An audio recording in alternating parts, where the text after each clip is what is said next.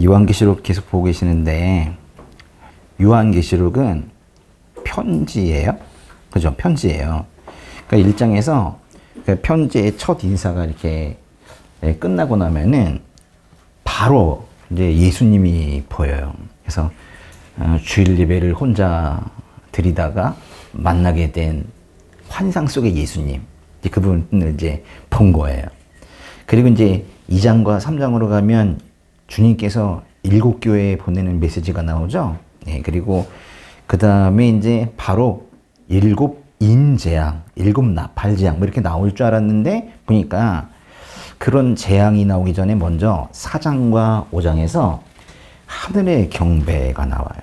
그래서 4장은 우리 지난주에 봤는데 하나님 중심으로 이렇게 나오고, 이제 5장은 어린 양, 즉 예수님 중심으로 이렇게 나오는 겁니다.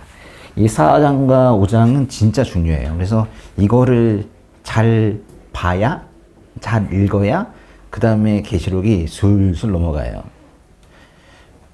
그냥 바로 그냥 재앙 이렇게 들어가니까 다들 그냥 무서워하고 어렵게만 느끼는 거예요. 근데 4장 5장이 사실은 그 뒤에 나오는 재앙이 기초가 되거든요. 신학적 기초. 왜냐면 이 4장과 5장 이 한 덩어리인데, 여기 나오는 이 하나님, 예수님이 바로 이 재앙의 근원이거든요.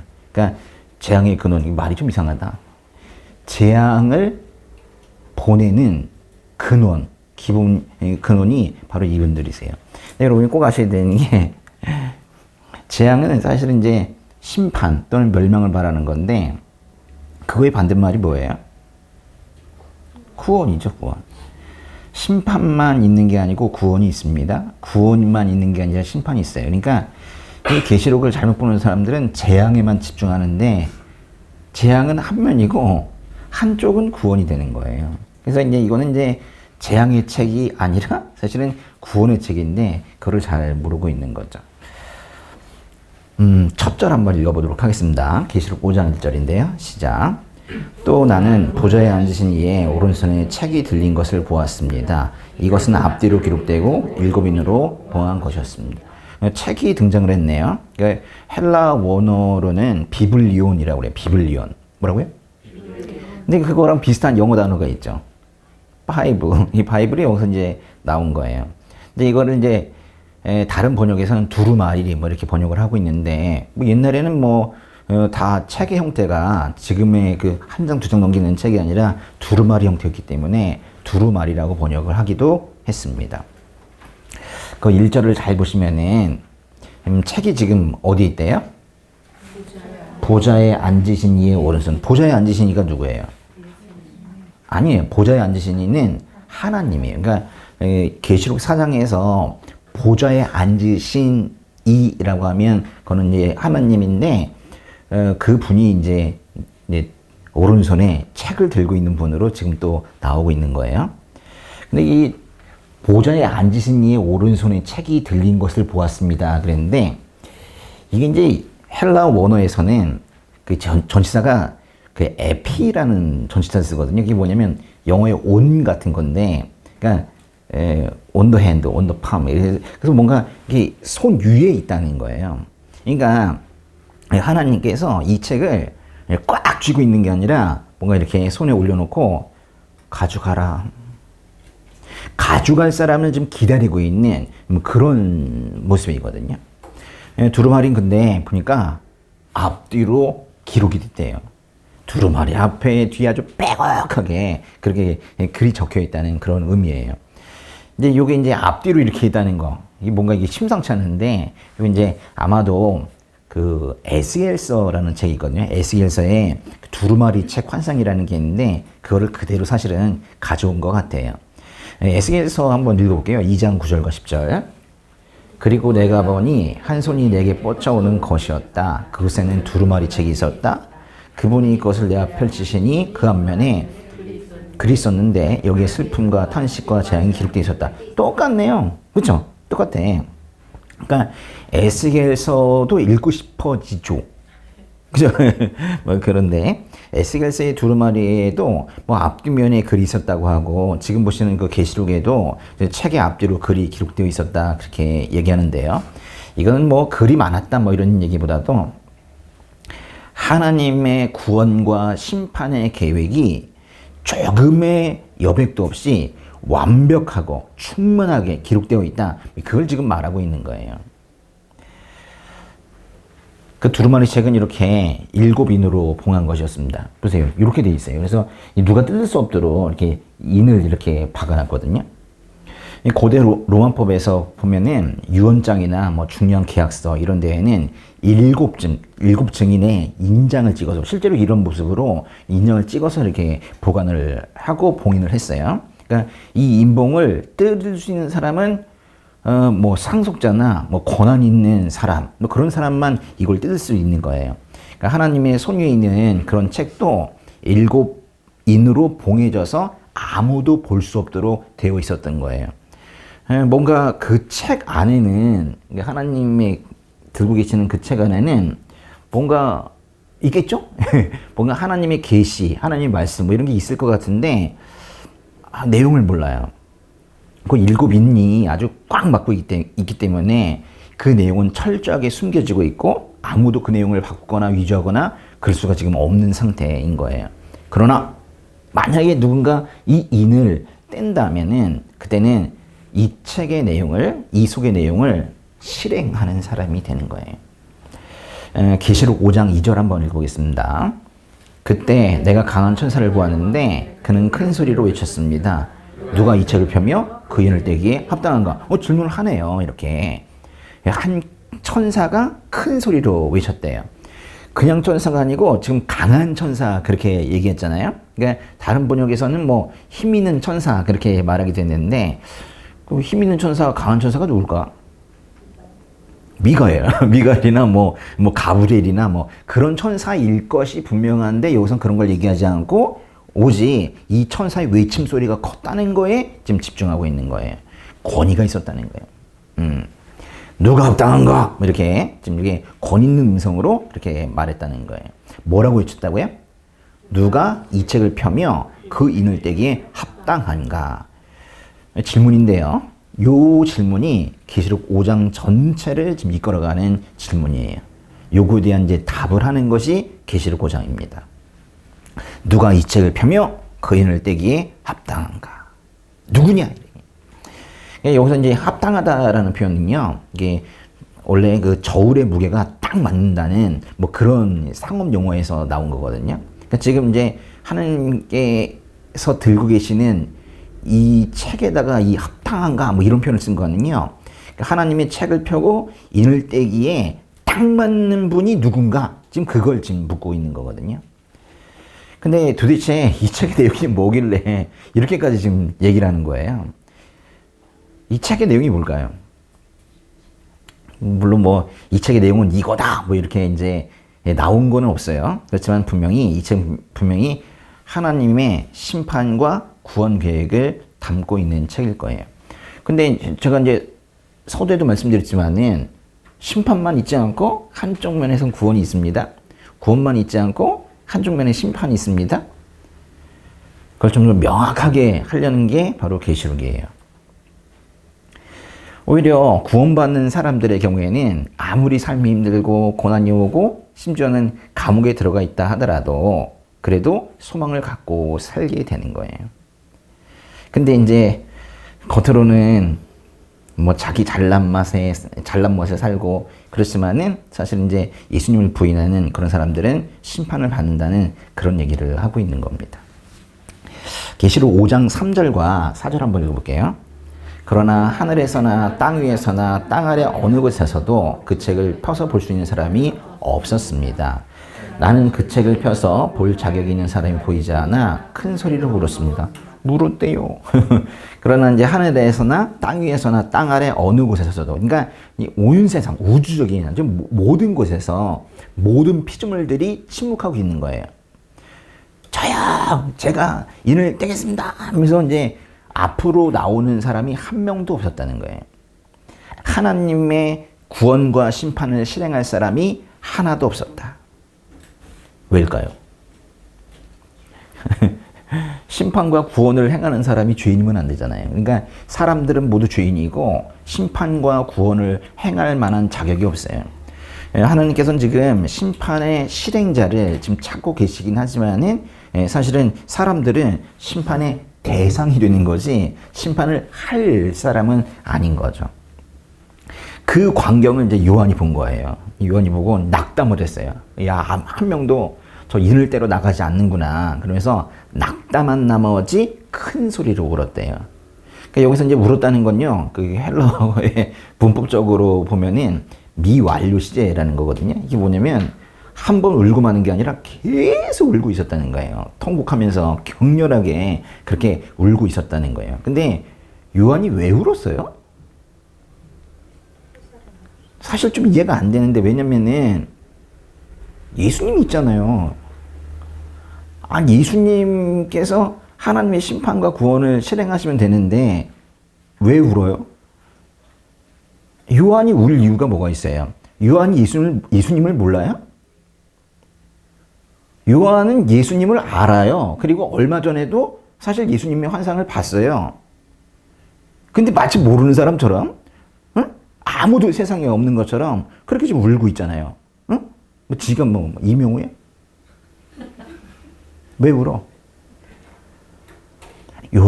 사도 요한은 왜 울었을까요? 기뻐서 운 거는 아닐 거예요. 근데 이제 분명히 슬퍼서 울 거일 텐데 슬프기도 하고 당혹스러운 거예요. 그래서 이제 왈칵 눈물이 쏟아졌거든요. 누가 이 책을 펴며 그 인을 떼기에 합당한가? 라고 천사가 했을 때 예수님께서 어딘가에서 휙 나타나가지고 접니다. 제가 하겠습니다. 이렇게 할 줄 알았어요. 그랬는데 예수님이 나타나질 않는 거예요. 그래서 요한이 운 거예요. 요한이 예수님을 몰라서 우는 게 아니라 예수님이 나타나질 않아서 울었다니까요. 그 아주 짧은 순간이지만은 요한이 이런 생각했을지도 몰라요. 그분도 아니신가? 예수님도 아니신가? 우리한테는 그런 듯 보였는데 아니신가? 이런 생각이 들었을지도 몰라요. 요한은 그래서 여태까지 믿고 있었는데 갑자기 당혹스러운 거예요.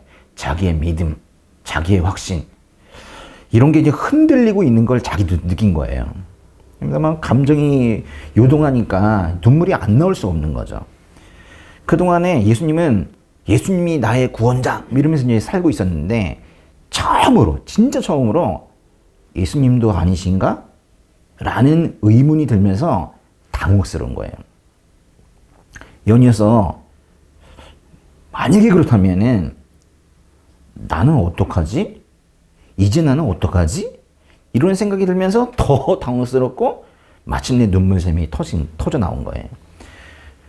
아이고, 또 이제 예수님이 진짜 아니라면은 구원자가 없다면은 고노마가 그 사탄 고노마가 응? 사탄이 활개를 치면서 살 텐데 그것도 더 걱정이 되고 그래서 울음소리가 더 커진 거예요.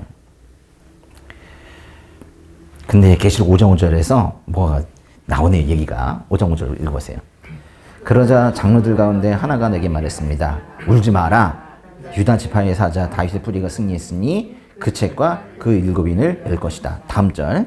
또 나는 보좌와 네 생물과 장로들 가운데 어린 양이 서 있는 것을 보았는데 죽임을 당했던 것 같았습니다.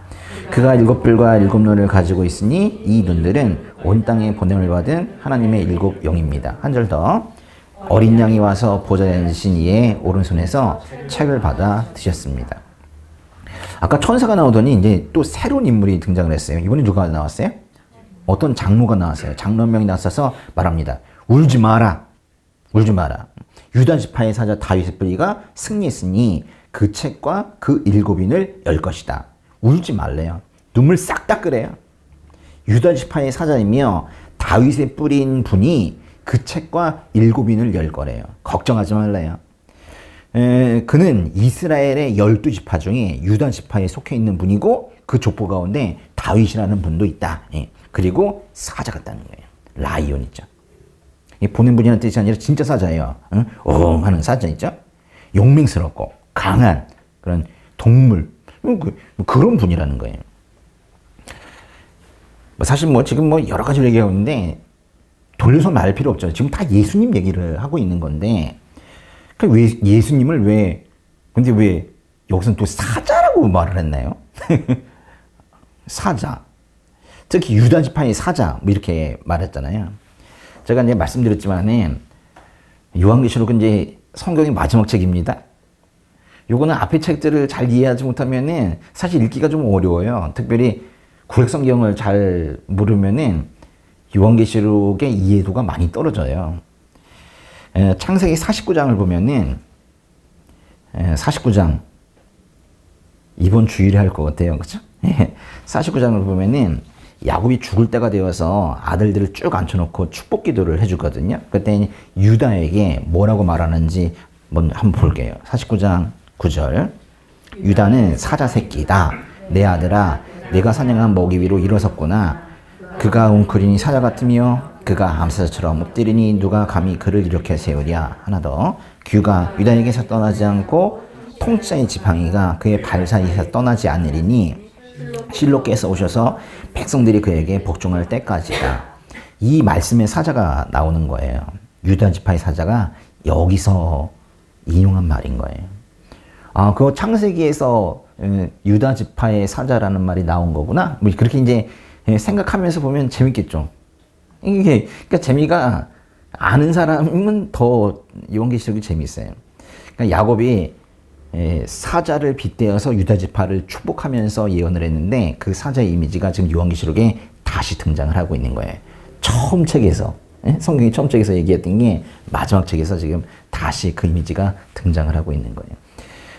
규가 유다에게서 떠나지 않고 통치자의 지팡이가 그의 발 사이에서 떠나지 않으리니 실로께서 오셔서 백성들이 그에게 복종할 때까지다. 이 축복은 유다 지파에서 구원자가 나올 것이라는 그런 얘기거든요. 요한이 이제 이 말을 듣고는 너무 기쁜 거예요. 사자 같고 힘이 세고 강인한 분이 나오셔가지고 7인을 그냥 탁 뜯어내고, 응? 그리고 책을 탁 펼치는 그런 상상을 하면서 너무 기쁜 거예요. 그래가지고 탁 돌아봤더니 사자는 없고 그 자리에 어린 양이 있는 거예요. 유다 지파의 사자 다윗의 뿌리가 승리했다고 하더니 갑자기 어린 양이 있는 거예요. 하늘을 향해 용맹스럽게 포효하는 사자. 이제 그걸 기대했는데 보니까 그 자리에 어린 양이 있어요. 엄청 당황스러운 거예요.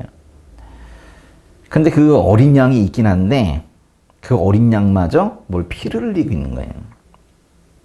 그러면서 죽임을 당했던 것도 같대요. 그래도 다행인 건 지금은 서 있어요. 죽임을 당했었는데 지금은 서 있는 거를 본 거예요. 근데 요한이 금방 압도됩니다. 처음에는 좀 뭐야 어린 양 뭐야 이러다가 금방 압도가 돼요. 그 어린 양은요 그냥 양이 아니네. 7뿔과 7눈을 가지고 있었대요. 뿔이 뭐예요? 뿔이. 성경에서 뿔은 여러 번 나오는데 나올 때마다 힘, 권능 이런 거거든요. 그러니까 7뿔은 완전한 능력, 완전한 힘 이런 뜻이에요. 그리고 이제 눈이 뭐예요? 7눈은 2눈도 잘 보는데 7눈은 완전히 되돌아온다는 거예요. 다 아신다. 7눈으로 다 여기 다 보고 계신다. 그런 얘기거든요.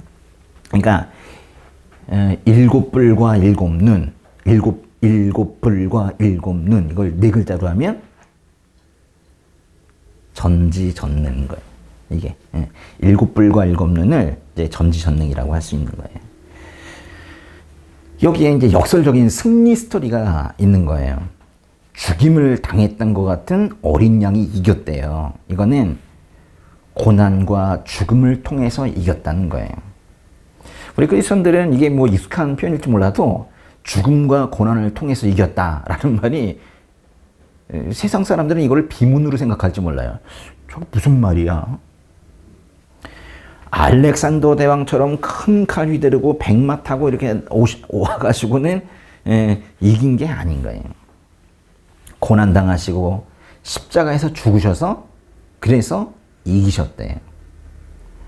근데 이제 우리는 알고는 있긴 해요. 죽으셨지만은 다시 죽음을 이기고 부활하셨어요. 그래서 이제 그것 때문에 결국 우리 주님이 승리하셨다, 이기셨다 이렇게 이제 말하고 있는 거긴 하죠. 근데 이제 그 어린 양이 이제 하나님 앞에 나가는 거예요. 보좌 중앙으로 나가서 하나님의 손에서 두루마리 책을 이제 받아듭니다. 모든 구원과 심판의 권한이 성부 하나님에게서 지금 성자 예수님에게로 공식적으로 위임이 되고 있는 거예요. 성경에서 이런 장면 본 적 있어요? 이렇게 이제 뭐 하나님과 하나님께서 예수님에게 어떤 권한을 부여하는 이런 장면 있죠? 없어요. 여기 있는 거예요. 특별히 아주 가시적으로 딱 보이는 책을, 두루마리를 딱 주니까 얼마나 선명한 이미지야. 그렇죠? 그러니까 어린 양이 와서 보좌에 앉으신 이 오른손에서 책을 받아 드셨습니다. 이 감동적인 장면은요, 이 말하자면 뭐 하늘에서 열리고 있는 일종의 위임식 뭐 그런 거 같은 거예요. 이제부터는 인류의 운명과 피조세계의 이 회복이 다 예수님에게 달려 있다는 거예요.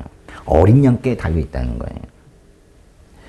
구원과 심판의 권한은 원래 하나님한테 있었던 건데 그런 권한이 예수님에게로 위임되었다는 걸 신학교 조금 다니면 금방 다 알아요. 그리고 뭐 설교 조금 들면 금방 다 알아요. 그러니까 그건 이제 예수님도 뭐 권한이 있으시고 예수님도 창조자이시고 뭐 이런 건 이제 신학적 개념으로는 이제 다들 이해를 하고 있는데 계시록은 이거를 그림 그리듯이 이렇게 장면으로 보여주고 있는 거예요. 기억이 달라요. 기억이 달라. 그러니까 계시록을 읽는 독자들에게 이 말씀은요, 하나의 이미지가 되어서 머릿속에 딱 들어와 박히는 거예요. 그래서 이제 누가 뭐 신학적으로 어려운 설명을 굳이 하지 않아도 머릿속에 이제 선명한 이미지가 있는 거예요. 하나님이 계시고 예수님이 계시고 책을 딱 주는 뭐 이런 이미지가 있으니까 예수님이 나의 구원자이시다라는 생각을 의심할 필요가 없는 거예요. 이렇게 이제 뭔가 개념으로만 알고 있다가 텍스트로만 알고 있다가 뭔가 이렇게 머릿속에 이미지가 탁 들어와 박히는 거 있죠. 요런 걸 이제 뭐라고 하냐면 이게 이제 믿음이 강해진다라고 말하는 거예요. 신학적으로만 정보를 많이 습득해서 머리가 커진 사람 믿음이 강하지 않습니다. 그러니까 계시록이 믿음을 강하게 만들어주는 책이에요. 우리는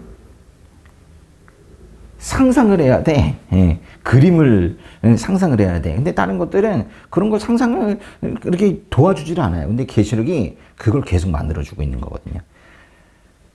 제가 지금 뭐 여러 가지 그 성경책을 강의를 하고 했지만 계시록은 확실하게 달라요. 계시록은 정말 달라요. 이건 무슨 역사도 아니고 무슨 설명조도 아니고 편지라고 하는데 완전 편지도 아닌 것 같고 이게 좀 달라요.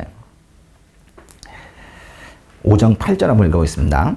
그가 책을 받을 때 네 생물과 24명의 장로들이 각기 하프와 향이 가득 담긴 금대접을 들고 어린 양 앞에 엎드렸습니다. 이 향은 성도들의 기도입니다. 제가 이제 엄청 좋아하는 그 계시록 말씀 중에 하나인데요. 네. 그가 책을 받을 때, 여기선 그가 누구예요? 예수님이에요. 이제 받았어요. 예수님이 책을 받으실 때, 그리스도께서 구원과 심판의 권세를 위임받으셨을 때인 거예요. 예수님이 하나님으로부터 책을 받으시자, 뭐 여기 나오지 않았지만 어딘가에서 빵빠레 걸리는 것 같아요. 뻥뻥뻥. 그리고 사람들이 다 엎드려요.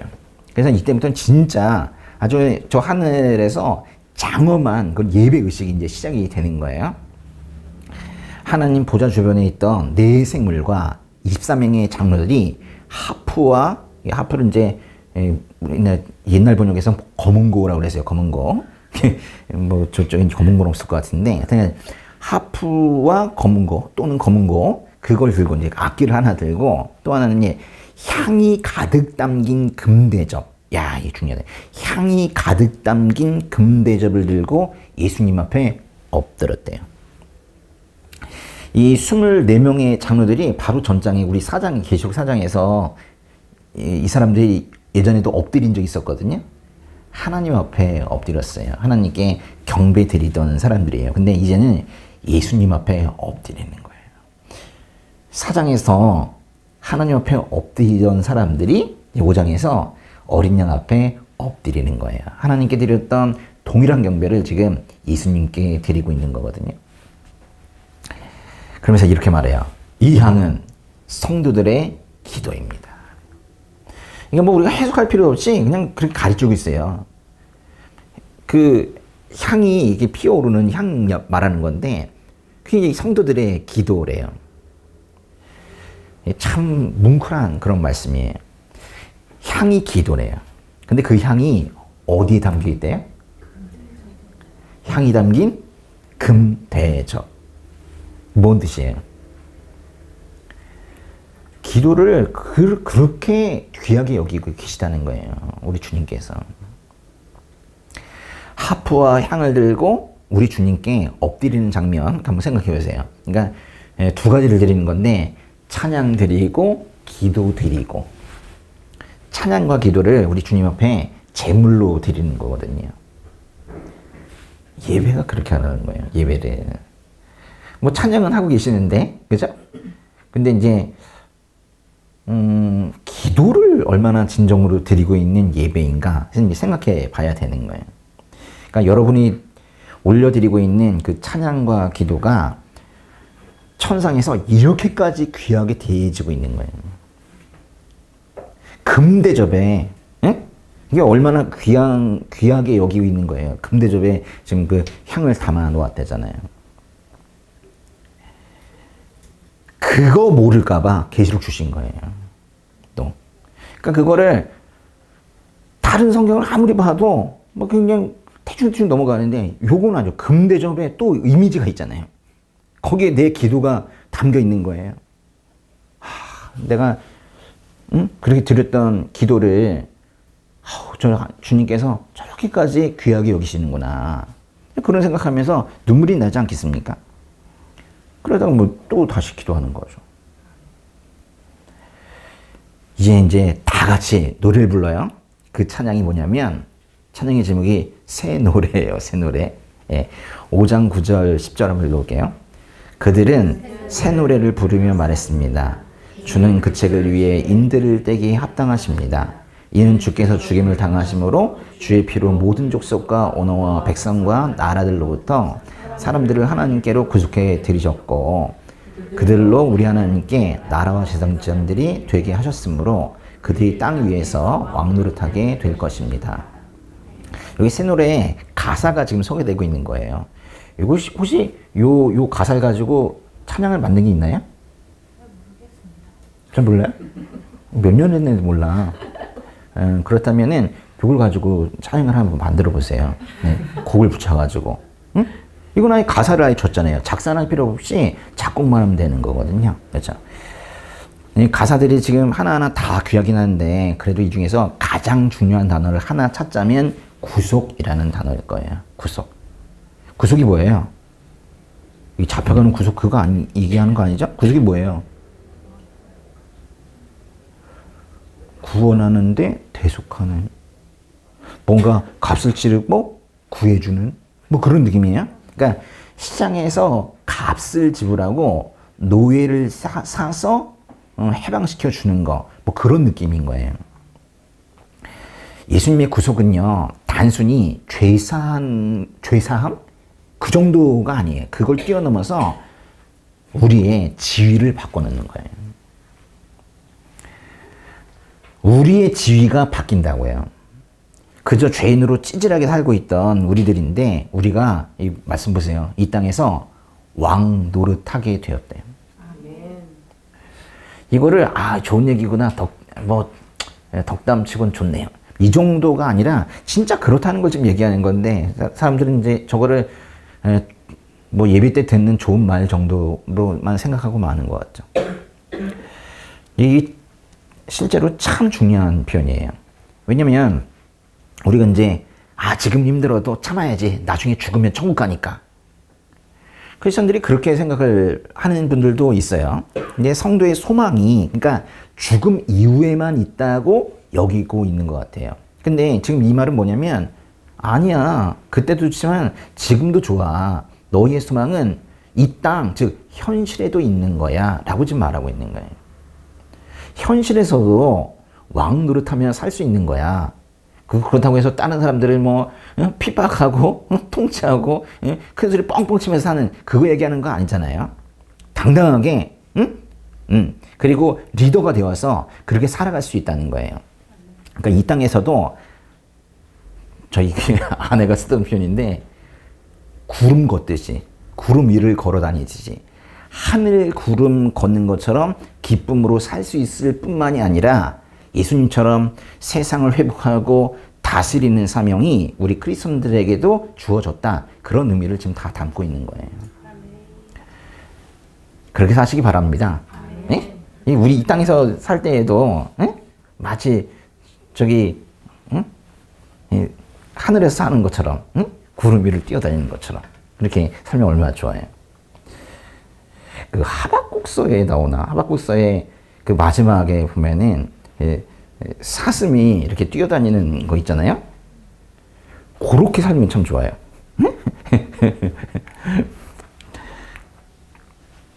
그리고 계시록 5장의 마지막에 이제 4절이 있는데 그거는 앞부분의 내용이 자꾸 반복이 되는 거예요. 그건 이제 읽어보세요. 그래서 이제 계시록 5장을 다 봤는데 오늘 말씀 너무 좋죠. 네, 저는 막 힘이 나요. 진짜예요. 네. 사실 지난주에도 저는 좀 바빴어요. 다 보시겠지만은 저는 좀 많이 바빴어요. 근데 이제 약간 지친 면도 좀 있었는데 저기 이제 계시록 5장 말씀을 설교 때문에라도 더 보게 되었는데 아주 완전히 회복됐어요.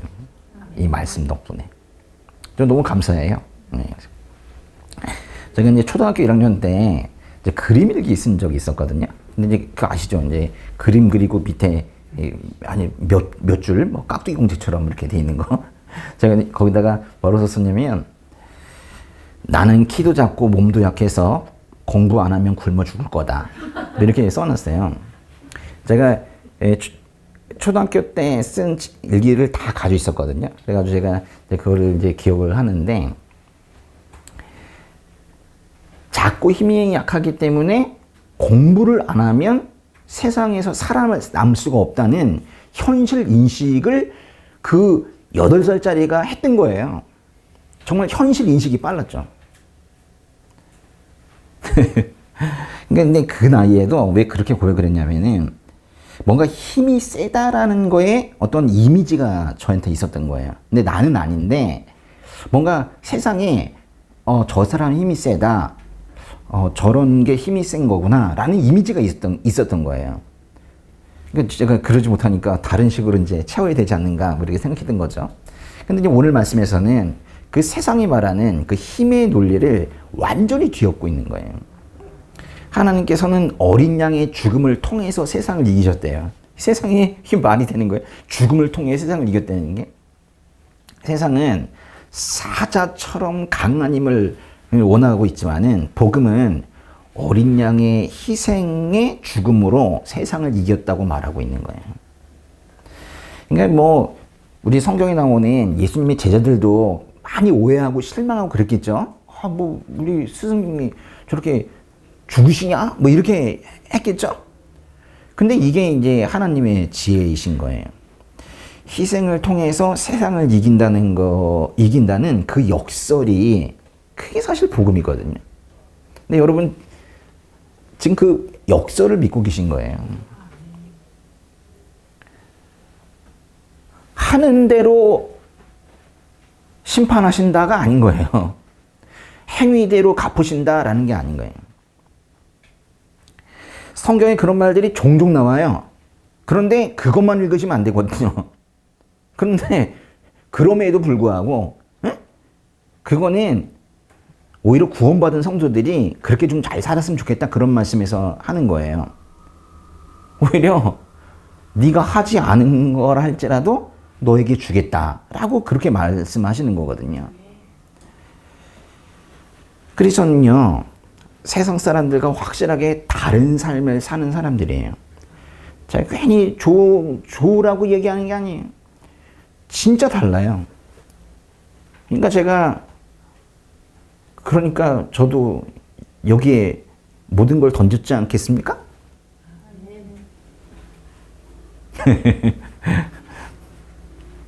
믿는 것이 역설이기 때문에 세상의 논리와 일일이 충돌하게 되어 있어요. 좀 더 쉬운 말로 하면은 여러분 믿지 않는 사람들과 얘기하면 답답하 죽어요. 응?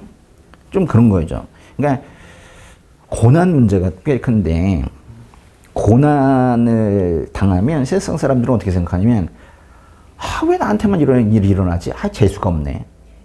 억울하네. 그러니까 고난을 재수 없음이나 억울함으로 여기는 사람들은 세상 사람들이고, 근데 여기 있는 분들은 고난이 오면 이렇게 생각하죠. 하나님 나라에 충성된 일꾼이 되는 연단의 과정이구나. 아멘? 완전히 고난을 바라보는 태도가 다른 거예요. 그러니까 이것도 역설인 거예요. 네. 그러니까 이런 사람들 있죠. 힘든데도 연단의 과정이구나. 날 사랑하셔서 나를 이끌어 가고 계시는구나. 이렇게 생각하는 사람들을 세상이 어떻게 감당을 해요? 이런 사람들은 정말로 히브리서에서 말하는 정말 감당이 안 되는 그런 사람들이 되는 거예요. 또 성도들 중에는요, 기도를 하면서 특히 자신이 하는 기도를 별거 아닌 것처럼 느끼는 분들도 있는 것 같아요.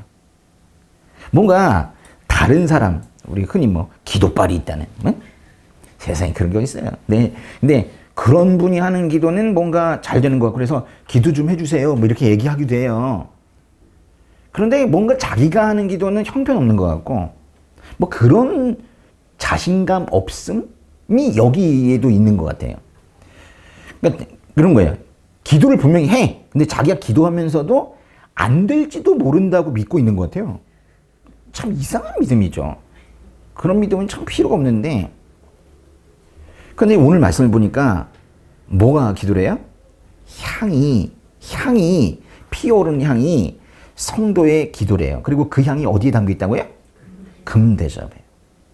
그러니까 여러분의 기도는요, 지금 여기서 뭐라 그랬냐면 어떤 기도는 받으시고 어떤 기도는 안 받으신다 그러지 않고 금대접에 그 향이 가득 차 있다 그랬어요. 그러니까 다 받으신다. 그래서 금대접에 소중히 보관해서 어린 양의 손에 분명히 전달이 된다고 지금 말하고 있는 거예요. 그러니까 어린 양께서 이제 그 기도를 펼쳐보고 뭐라고 하실까요? 장로들이랑 예수 인물이 이제 기도가 담긴 금대접을 이렇게 바치니까 그건 이제 예수님이 받았을 거 아니에요. 근데 뭐라고 그러실까요? 오, 금대접이네. 오, 선물이구나. 땡큐. 그리고 끝나냐 이거예요. 이게 뭔가 어린 양께서는 그 기도를 보시고 어떤 때 눈물을 흘리실 수 있죠. 그리고 그 기도의 내용을 당신의 통치에 반영하실 거라고 저는 믿습니다. 기도는 역사의 봉인을 떼시는 예수님의 통치를 촉구하는 아주 가장 강력한 통로가 되는 거예요. 예수님께서 원하시는 대로 뭔가 하시겠죠? 근데 거기에 영향을 주는 게 있단 말이에요. 그게 기도예요. 특히 고난 속에서 드리는 통곡의 기도가 있어요. 막 울면서 뭐라고 그러는지 우리는 잘 못 들어요. 응? 계속 울먹울먹 하면서 하면서 이제 하니까. 그렇지만 그런 통곡의 기도는 하나님의 긍휼을 이끌어내요. 불쌍하다. 내 자식 참 불쌍하다. 그래서 그 인생과 역사를 바꿀 수 있도록 그렇게 통치하신단 말이에요. 그 성도의 기도가 하나님과 예수님의 마음을 움직여서 그래서 다시 또 그 인생의 개입을 하셔가지고 그 인생이 바뀐다는 걸 얘기하는 거예요. 금대접에 담길 그 향과 같은 그런 기도를 멈추지 마시기 바래요. 세상은 소란스러워도 크리스천들은 사실 두려워할 필요가 없어요. 왜냐면 역사의 두루마리가 우리 대장 어린 양께 이미 넘어갔기 때문에 우리는 두려워할 필요가 전혀 없는 거예요. 역사는 우연이나 인간의 탐욕이나 뭐 이런 거에 의해서 흘러가는 게 아니에요. 이미 승리하신 그리스도의 계획에 따라서 완성이 되어가고 있는 겁니다. 우리가 그 거대한 영적 물줄기를 볼 줄 알아야 돼요. 그냥 좁은 시야로, 응? 얕은 시야로 그렇게 세상을 보다 보면은 그냥 그 텔레비전의 뉴스거리에 휘청휘청 하면서 어떤 때 화도 내고 웃기도 하고 하다가 그냥 시간 가는 거예요. 몇 년 이렇게 가는 거예요. 근데 이제 세상에 거대한 영적 흐름이 있거든요. 이제 그런 걸 봐야 되는 거예요. 선과 악의 흐름, 그리고 주님께서 통치하시는 그 흐름, 거기에 반대하는 사탄의 관계들, 이런 것들 이제 볼 줄 알아야 되는 거예요. 그게 진짜 영적인 눈, 영안이 열리는 거죠. 그렇죠? 그러니까 교회에 계속 다니면 뭐예요? 그렇게 볼 줄 모르면, 그렇죠? 그런 걸 볼 줄 알아야 되는 거예요. 이미 확보된 그 승리를 믿으시고 이 땅에서 왕노릇하며 살게 해주신 주님께 감사하시고, 또 금대접에 담길 그 기도 있죠? 그런 이제 기도 같은 향 많이 피우시고, 그리고 날마다 새 노래 부르며 사시는 우리 성도님들 되시기를 주님의 이름으로 축복합니다.